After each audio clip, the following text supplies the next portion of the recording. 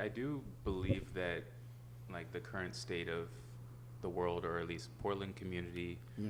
like is that general lack of direction. Like people don't know what they're striving for. They are Yeah. largely fed uh, a plate of ideals and values that support identity Yeah. and a checklist of things, Yeah. and belonging Yes. is found by matching your how you show up with these topical external uh, uh, Yes. ideas, characteristics, and then it's like there's not a ton of time spent in the contemplation of discerning like what is naturally arising from me that I can invest my mental capacities to become curious, to learn, to evolve, and to change into the next version. Right.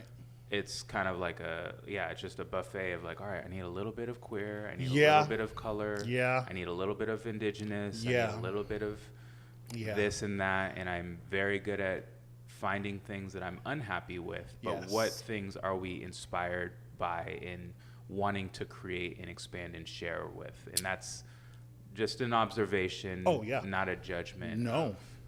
of people. But I see that consistently. Yes. Just like is finding like What do you- tribe Yes. of suffering. When they say misery needs company, there's exactness in that. Yeah, they have a city called Portland where they all show up.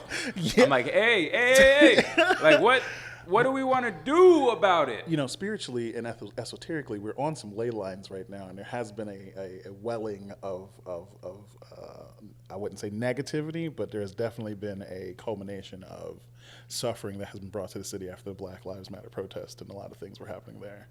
The buildup has been constant since then.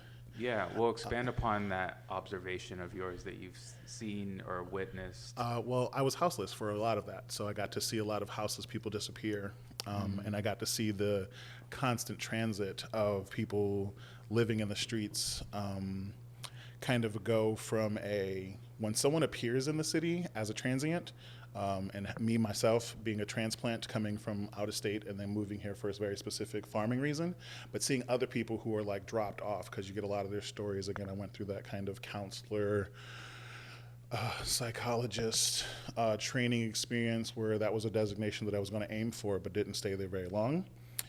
Watching these people kind of come into the city, coming fresh out of jail, fresh out of addiction, hearing their stories about how the place that they were working with said that they would give them a ticket anywhere and they could go anywhere that they wanted to, as long as they had a bag. They would pack them up and they would send them here. And then watching those people disappear over a year's time, they not existing in the space anymore, whether that be through recovery or due death. The transition occurred. But that suffering that we were talking about, as far as like the collective with the communities here, it's very commercialized that Portland is weird. And we stole that from Arizona, and Arizona stole it from somewhere else. But it's very commercialized that Portland itself is a very weird, open, liberal place. They like to throw that word around a lot. And essentially what it means, like how there are still Black Lives Matter signs up in the widest neighborhoods, it essentially means don't destroy my house, which is a whole Wow. a whole different Oh. different argument. Yeah. But to say that, like, you know, even the queerness, there's a lot of like combativeness and people who identify as queer in the queer community that exists within Portland that is supposed to be open, caring, and embracing.